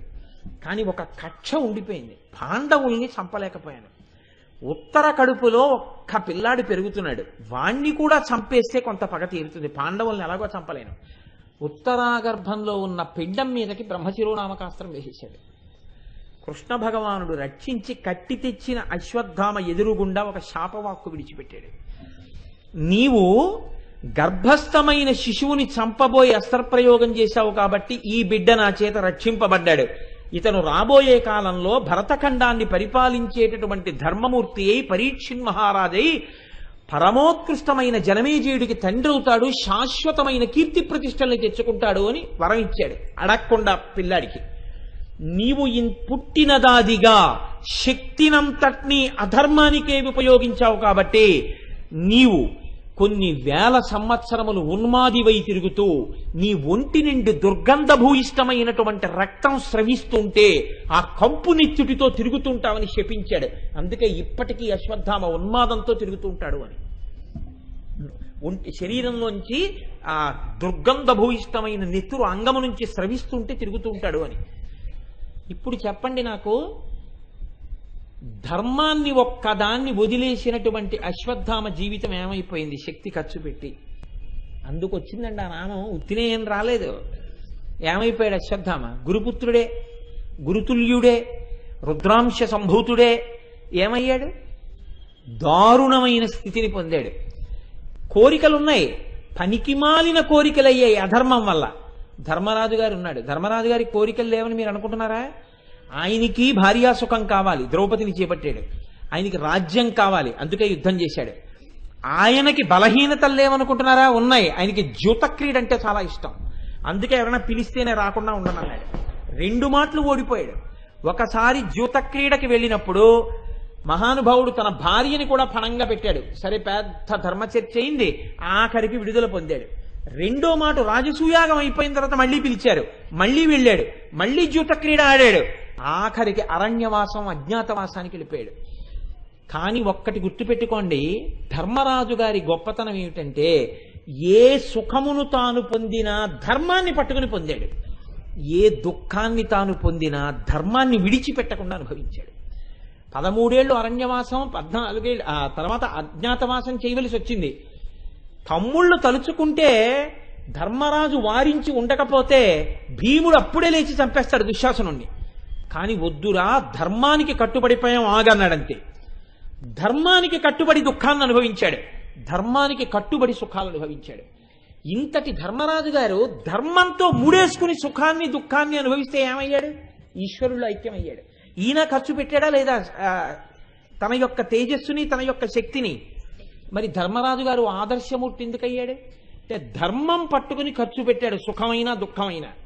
దుఃఖం వచ్చింది, ధర్మంతో కట్టుబడ్డాడు. సుఖం వచ్చింది, ధర్మంతో కట్టుబడ్డాడు. ఆఖరికి ద్రోణాచార్యుల వారిని చంపవలసి వచ్చింది. చంపవలసి వస్తే కృష్ణుడంతటి వాడు మహాభారతం మొత్తం మీద ఆ మాట అన్నది అప్పుడు ఒక్కసారి, నాతో సహా అందరి ప్రాణాలు సందిగ్ధావస్థలో పడిపోయాయని చెప్పాడు. ధర్మరాజా, నువ్వు ఒక్కడివే ఇప్పుడు బతికించగలవు. నువ్వు కాదు బతికించేది, నీ మాట బతికిస్తుంది. ఎందుకో తెలుసా? నీ నడువడి అటువంటిది, నీ ధర్మం అటువంటిది. ఇప్పుడు నువ్వే బతికించాలి. నువ్వు కానీ ఇప్పుడు కూడా నా నోటి వెంట ఇంకొక మాట రాదు, ఈ దుఃఖమే అనుభవిస్తాను. ఒకవేళ ద్రోణుడు చంపేస్తే అంటావా? నీ అన్నదమ్ముల 5గురితో పాటు నేను ఉండను అన్నాడు. ఇప్పుడు పరిస్థితి విషమించేసింది. ఈ అన్నయ్య ఎలాగో అండని భీముడికి కోపం వచ్చి అప్పటికే అశ్వత్థామ అన్న ఏనుగును చంపాడు. అశ్వత్థామహతః అశ్వత్థామహతః అన్నాడు. ద్రోణాచార్యుల వారిని అడిగాడు ధర్మరాజు, మీరు ఎలా చచ్చిపోతారని అడిగాడు గురువు. అయితే ఆయన అన్నాడు, అప్రియ వార్త వింటే అస్త్రత్యాగం చేస్తానన్నాడు. అప్రియ వార్త కొడుకు చచ్చిపోయాడన్న దానికన్నా అప్రియ వార్త ఏముంటుంది? కాబట్టి ఇప్పుడు భీముడు అశ్వత్థామహతః అశ్వత్థామహతః అంటే నమ్మలేదు ద్రోణుడు. ధర్మరాజు వంక చూసి, శత్రువు అయినా కూడా ధర్మరాజు వంక చూసి సత్యమా అని అడిగాడు. మాట్లాడలేదు ధర్మరాజు. చూడండి, ఇంత దుఃఖంలో కూడా ధర్మాన్ని వదలలేదు. నేను అననన్నాడు గురువుతో నేను ఆ మాట చెప్పను, అశ్వత్థామహతః అని అనను. ఏనుగు చచ్చిపోయింది, ఆయన కొడుకు కాదు. ఆయన అడుగుతున్నది నా కొడుకా అని అడుగుతున్నాడు. నాకు తెలిసి అది ఏనుగే అని నేను చెప్పను, నేను అననన్నాడు. ఇప్పుడు కృష్ణుడు వచ్చి అన్నాడు, నీ అన్నదమ్ములతో పాటు నేను కూడా అన్నాడు. పోని పైకి పూర్తిగా చెప్పకపోతే రెండో పాదాన్ని నొక్కన్నాడు. అశ్వత్థామహతః కుంజరః అన్నాడు. వదిలేశాడు కదా. సత్యం తెలిసే లోపల ఆ ఏనుగు మీద, ఆ రథం మీదకి దూకేశాడు దుష్టజమ్నుడు. జుత్తు పట్టుకుని కుత్తు కోసేశాడు ఖడ్గంతో. పడిపోయాడు ద్రోణాచార్య వారు. చూశాడు అశ్వత్థామ. అంటే ఇప్పుడు నేను మహాభారతం అంతా చెప్పడం కుదరదు కదండి. అమ్మవారు అనుగ్రహించి మీకు చెప్పించినాడు, పూర్తిగా సంతోషంగా చెప్తాను. ఇప్పుడు ఏమైపోయింది? ధర్మరాజు ఆఖరణ ప్రస్థానం చేస్తున్నాడు స్వర్గారోహణ పర్వంలో. 5గురు అన్నదమ్ములు, భార్య వెళ్ళిపోతుంటే ఒక్కొక్కడు పడిపోతున్నాడు వెనకాతల. ఎందుకు పడిపోతున్నారని అడుగుతున్నాడు భీముడు. సర్వమనస్సులు తెలుసున్నవాడు, కారణాలు కూడా చెప్తూ వెనక్కి చూడకుండా వెళ్ళిపోతున్నాడు. ఒక కుక్క కూడా వస్తోంది వాళ్లతో. సహదేవుడు పడిపోయాడు. ఎందుకు పడిపోయాడని అడిగాడు భీముడు. మహాజ్ఞాని అనుకుంటాడు, అందుకే పడిపోయాడు. నకులుడు పడిపోయాడు. ఎందుకు పడిపోయాడు? నేను చాలా అందగాన్ని అనుకుంటాడు, అందుకు పడిపోయాడు. ఇంకొంచెం ముందుకెళ్లారు. అర్జునుడు పడిపోయాడు. ఎందుకు పడిపోయాడు? నా అంత ధనుర్ధరుడు లేడు అనుకుంటాడు, అందుకే పడిపోయాడు. పైగా ఓర్వలేడు వేరొక ధన్విని. ద్రౌపది పడిపోయింది. ఎందుకు పడిపోయింది? 5గురు భర్తలైన అర్జునుని యందు ప్రీతి ఎక్కువ ఉంది, అందుకే పడిపోయింది అన్నాడు. భీముడితో సహా కారణాలు చెప్పాడు. తనకి మాత్రం ఎదురొచ్చి దేవేంద్రుడు రథాన్ని తీసుకొచ్చి ఎక్కవయ్యా అన్నాడు. ఎక్కవయ్యా అంటే ఆయన అన్నాడు నిలబడి, కుక్కని కూడా ఎక్కించు అన్నాడు. కుక్క ఎలా వస్తుందయా అని అడిగాడు. అడిగితే ఆయన అన్నాడు, కుక్కో ఇంకోటో నాకు అనవసరం. మొదటి నుంచి నాతో పాటు కలిసి ఈ మహాప్రస్థానంలో నాతో వచ్చింది ఈ జీవి. నా దృష్టిలో అంతటా ఈశ్వరుడే కనపడుతున్నాడు. అందుకు నన్ను తీసుకెళ్లడం అంటే దాన్ని తీసుకెళ్లడమే. ఇద్దరం ఎక్కుతాం, నీకు అభ్యంతరమా అన్నాడు. నాయనా, నువ్వు పట్టుకున్న ధర్మం ఆఖరికి నిన్ను ఈ జ్ఞానం వైపుకి తీసుకెళ్లిపోయింది అని వెంటనే ఆ కుక్కలోంచి యమధర్మరాజు గారు ప్రత్యక్షం అయ్యాడు. ప్రత్యక్షమైతే ధర్మరాజు గారు అన్నాడు, కానీ నాకు యమలోక దర్శనం ఉంది అన్నాడు. ఎందుకో తెలుసా అన్నాడు. అప్పుడు ఇంద్రుడు చెప్పాడు, రాజు అయినందుకు అన్నాడు. ఎంత గొప్ప మాట చూడండి. రాజు అయినా, దేవాలయానికి ధర్మకర్త అయినా ఒక పెద్ద ప్రమాదం ఒకటి ఉంటుంది. ఏమిటో తెలుసా అండి? మీరు అక్కడ చేయించడానికి చేసే ప్రయత్నంలో ఏ పొరపాట్లు జరిగినా ధర్మకర్తలకే వేస్తారు తీసుకెళ్ళి. రాజ్యంలో పొరపాట్లకు కూడా రాజుకే వేస్తారు. రాజ్యాన్ని రక్షించుకోవడానికి గూఢచర్యం చేశాడు, తప్పు కాదేమిటి మరి? ఖాతాలో పడిపోతుంది అంతే. ఆనాడు అన్నదమ్ముల్ని రాజ్యాన్ని రక్షించుకోవడానికి అశ్వత్థామహతః కుంజరః అన్నాడు. ఇప్పుడు రథం ఎక్కి యమలోకం చూశాడు. చూసి స్వర్గలోకానికి వెళ్ళాడు. కానీ అదొక్కటి తప్ప ధర్మాన్ని పట్టుకుని సుఖదుఖాలు అనుభవించిన కారణం వల్ల ఏమయ్యాడు? మహాజ్ఞానంతో శరీరంతో ప్రస్థానం చేసి ఈశ్వరుణ్ణి చేరుకున్నాడు. అశ్వత్థామ ఖర్చు పెట్టలేదా శక్తిని? ధర్మరాజు ఖర్చు పెట్టలేదా? ఇద్దరూ ఖర్చు పెట్టారు. ధర్మరాజు సుఖం అనుభవించాడు, దుఃఖం అనుభవించాడు. రెండిటి యందు ధర్మం పట్టుకుని ఖర్చు పెట్టాడు, ఈశ్వరుణ్ణి చేరాడు. అశ్వత్థామ ఖర్చు పెట్టాడు, అప్పుడప్పుడు సుఖాలు పొందాడు, అప్పుడప్పుడు కష్టాలు పొందాడు. కానీ సుఖం అనుభవించినా కష్టం అనుభవించినా అధర్మాన్ని ఆసరా చేసుకున్నాడు. అధర్మమునకు అవకాశం ఇచ్చేటటువంటి మాత్సర్యాన్ని జీవితంలో పట్టుకున్నాడు. ఇప్పటికీ బతికున్నది ఎందుకంటే బాధపడ్డానికి. ఏం పొందారు చెప్పండి నాకు? కాబట్టి శాస్త్రం అంది, ఈ నామం ఎందుకు వచ్చిందో తెలుసా అండి? ఎంతకాలం బతికావు, ఎలా బతుకుతున్నావు కాదు, నీ తేజస్సుని ధర్మం పట్టుకొని ఖర్చు పెడుతున్నావా? ధర్మాన్ని పట్టుకొని సుఖదుఖములను అనుభవిస్తున్నావా? ఈ సుఖాన్ని పొందడానికి ఇది వదిలేస్తే చాలా తేలికని వదిలేయగలవా? పట్టుకుని దుఃఖమే అనుభవించగలవా? అలా అనుభవించగలిగితే నీకు వారాహి అనుగ్రహం ఉందని గుర్తు. నిన్ను ఇలా ఎత్తుతోందని గుర్తు. ఆవిడ మూపు మీద నువ్వు కూర్చున్నావని గుర్తు. ఈ ఎత్తినది అమ్మవారి ఇలా పైకెత్తి లలితాపరాభట్టారికలోకి నిన్ను కలిపేస్తుంది. కాబట్టి ఆ అమ్మవారి అనుగ్రహాన్ని నువ్వు స్తోత్రం చేస్తే ఆవిడ నిన్ను తీసుకెళ్లి ధర్మం యొక్క మూపు మీద కూర్చోపెట్టి పైకెత్తుతుంది. కాబట్టి నీకు ఆ ధర్మము ఆలంబనంగా చేతికి చిక్కాలి అంటే వారాహి ప్రార్థన చెయ్యవలసిందే. ప్రతిరోజు ఆ వారాహి మాతకి నమస్కరించవలసిందే. రోజు ఆవిడ్ని చూసి ఒక్క నమస్కారం చేస్తే ఆ ధర్మం వల్ల ఇళ్ళు ప్రశాంతంగా ఉంటాయి, అందరూ సంతోషంగా ఉంటారు. అందరిలో ఉన్న తేజస్సు భగవత్ కార్యంగా ధర్మబద్ధమైనటువంటి వ్యయం జరిగి సుఖ సంతోషాలతో ఉంటారు. అదొక్కటి వదిలిపెట్టి వ్యయమైన నాడు నీ సుఖదుఖములన్నవి పునర్జన్మకి హేతువులవుతాయి, అర్థం లేని సిద్ధాంతంగా అయిపోతుంది. కాబట్టి నీవు ఆ అనుగ్రహాన్ని కోరడమే విశుక్ర ప్రాణహరణ వారాహి వీర్యనందిత.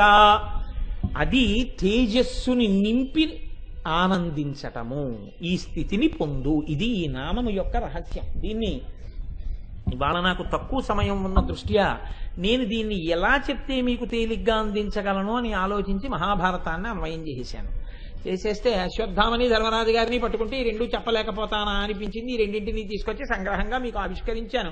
మీరు ప్రాజ్ఞులు పట్టుకోగలరు కాబట్టి పట్టుకున్నారని అనుకుంటున్నాను. ఇప్పుడు మీకు ఒక చిన్న విజ్ఞాపన.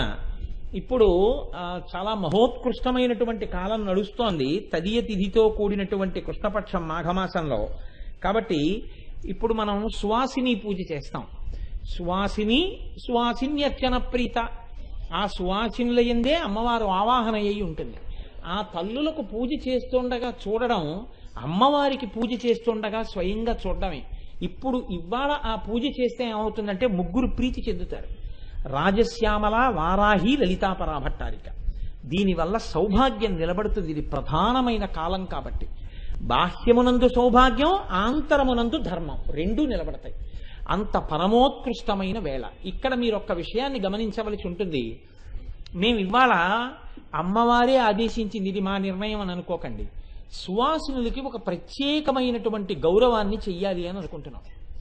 అది మామూలుగా లభించమంటే లభించేటటువంటి సత్కారము మాత్రం కాదు.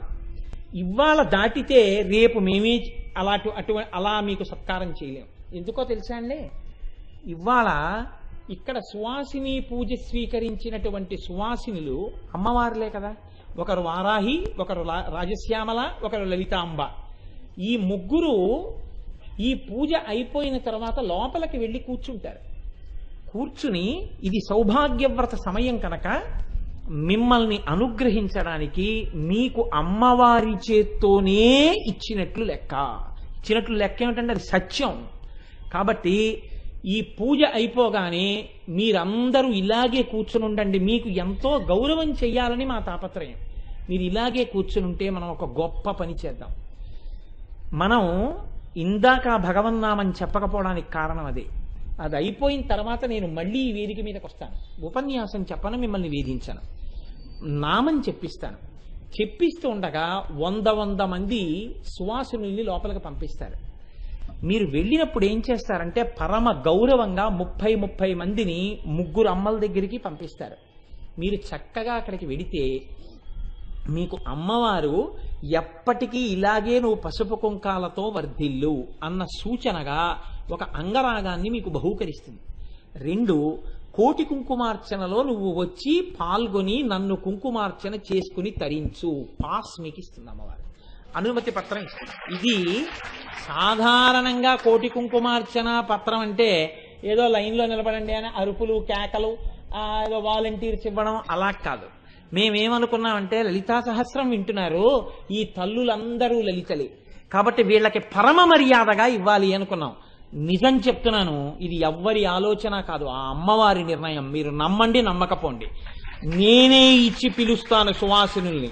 తదియ తిథి ఉండగా సౌభాగ్యవ్రత రోజులలో నేనే నా చేతులతో ఇస్తానని. అందుకని ఆ ముగ్గురు తల్లులు మీకు ఇస్తారు. 100 మంది లోపలికి వెళ్ళి 30 మంది తీసుకుని బయటికి వెళ్ళిపోతుంటే ఎంతసేపట్లో వెళ్ళిపోతారండి మీరు? గంటలో అయిపోతుంది. కానీ ఒక్కటి, మేము ఎంతో మర్యాద చేసి మిమ్మల్ని పంపించాలి ఇవ్వాలని నా తాపత్రయం. దీనికోసం నేను ఉపన్యాసాన్ని కూడా మహాభారతంతో సమన్వయం చేసి ధర్మాన్ని దాటవేసి, అంటే ధర్మాన్ని దాటవేయడం అంటే ఆ ధర్మాన్ని తొందరగా సమన్వయం చేసేసాను. మీరు ఇంత నేను చెప్పినా ఆ పూజ అయిపోయిన తర్వాత ఎవరి మానాన వాళ్ళు లేచి నిలబడిపోయి అది చేశారనుకోండి, మీరు నన్ను మన్నించండి, పాసులు మాత్రం ఇంక ఇవాళ మీకు అమ్మవారి చేతులతో ఇప్పించడం కుదరదు. ఎందుచేత అంటే పరమ మర్యాద చెయ్యాలి అని నా తాపత్రయం. మిమ్మల్ని అంత గౌరవంగా ఇవాళ ఇప్పించి పంపిస్తే మీ అందరూ పుచ్చుకుని మీరు సంతోషపడిపోవాలి, మీరు తోసుకోకూడదు, మీరు చక్కగా రాజగృహే వెళ్ళి పుచ్చుకోవాలని నా కోరిక. అందుకని మీరు నా యందు దయించి సహకరించండి. పాస్ తీసుకునేటప్పుడు ఒక్కొక్కరు ఇవాళ ఒక్క పాసే తీసుకోండి. మీకు మళ్ళీ రేపు కూడా ఉదయం ఇస్తారు. రేపు ఉదయం 7 గంటలకి కౌంటర్ తెరుస్తారు. తెరిచి రేపు ఉదయం 10 గంటల వరకు కౌంటర్ ఉంటుంది. ఇందులో 500 మంది కన్నెపిల్లలకి ఇద్దాం. గోపాలకృష్ణ గారు, ఒక 500 పాసులు కన్నెపిల్లలకి ఇద్దాం. ఇవాళ ఉన్న వాళ్ళకి ఇవాళ ఇచ్చేద్దాం. లేకపోయినా కూడా 500 పాసులు, ఒకవేళ కన్నెపిల్లలు రాకపోయినా అవి ప్రత్యేకం పెళ్లి కాని పిల్లల్ని కూర్చోపెట్టడానికి వేరే ఎన్క్లోజర్ కానీ, అంటే కన్నె పిల్లలందరినీ లోపల కానీ కూర్చోపెడదాం. ఆ రోజున ధ్వజస్తంభ మంటపంలో కూర్చోపెడితే ఇక్కడో లేకపోతే లోపల కూర్చోపెడదాం. వాళ్ళకి మంచి భర్త వచ్చి వాళ్ళ జీవితాలు సంతోషంగా ఉండాలని 500 మంది కన్నె పిల్లలు చేసుకునే అవకాశం కూడా ఇస్తాం. ఇవాళ ఇంకా పాసులు మిగిలిపోతాయి. మిగిలిపోయిన పాసులు రేపు కూడా ఇస్తారు. అందుకని మీ ఎవ్వరు అయిపోయాయి అంటారేమో అని కంగారు పడకండి. మీకు ఒకటి చెప్తున్నాను, 100 మందిని ఇక్కడి నుంచి లోపలికి పంపిస్తూ ఇవాళ మాత్రం ఒక్కొక్కరు ఒక్కొక్కటే తీసుకోండి. రేపు మీకు కాదు, మిగిలిపోయిన వాళ్ళకి రేపిస్తారు. మీరు ఎవరైనా ఇంకా మిగిలిన వాళ్ళు ఉన్నారనుకోండి, వాళ్ళని రేపు వచ్చి తీసుకోమనండి. ఎందుకు ఈ మాట చెప్తున్నానో తెలుసా అమ్మా? 2 పర్యాయాలు లలిత జరుగుతుంది ఆ రోజు. జరిగినప్పుడు ఇక్కడ నేను నామం చెప్పాను అనుకోండి, తాటంకయుగళీభూత తపనోడుపమండలాయై నమో నమః అన్నాను అనుకోండి, మీ అందరూ శ్రీమాత్రే నమః అని కుంకం వెయ్యాలి. మీరు ఒక పాస్ తీసేసుకుని అది పక్కన పడేయడం కానీ, దాని మీద మనిషి రాకపోవడం కానీ జరిగిందనుకోండి, అమ్మవారికి 2000 సార్లు నామం కుంకం ఆగిపోతాయి. ఇప్పుడు ఆ పాపం ఎవరి ఖాతాలో పడుతుంది?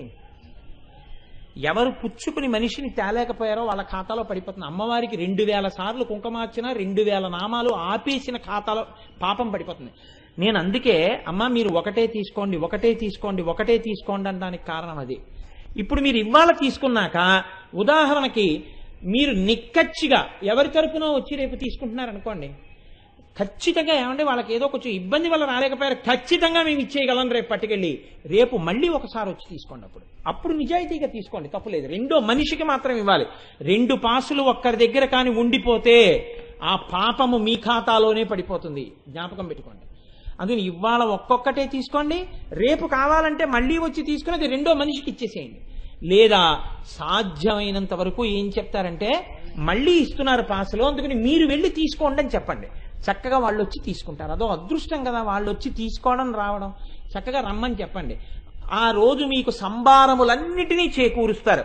పరమ మర్యాదగా ఇవాళ మీకు ఆ పాసులు ఇప్పిస్తాం, చక్కగా అలాగే కూర్చుని ఉండండి.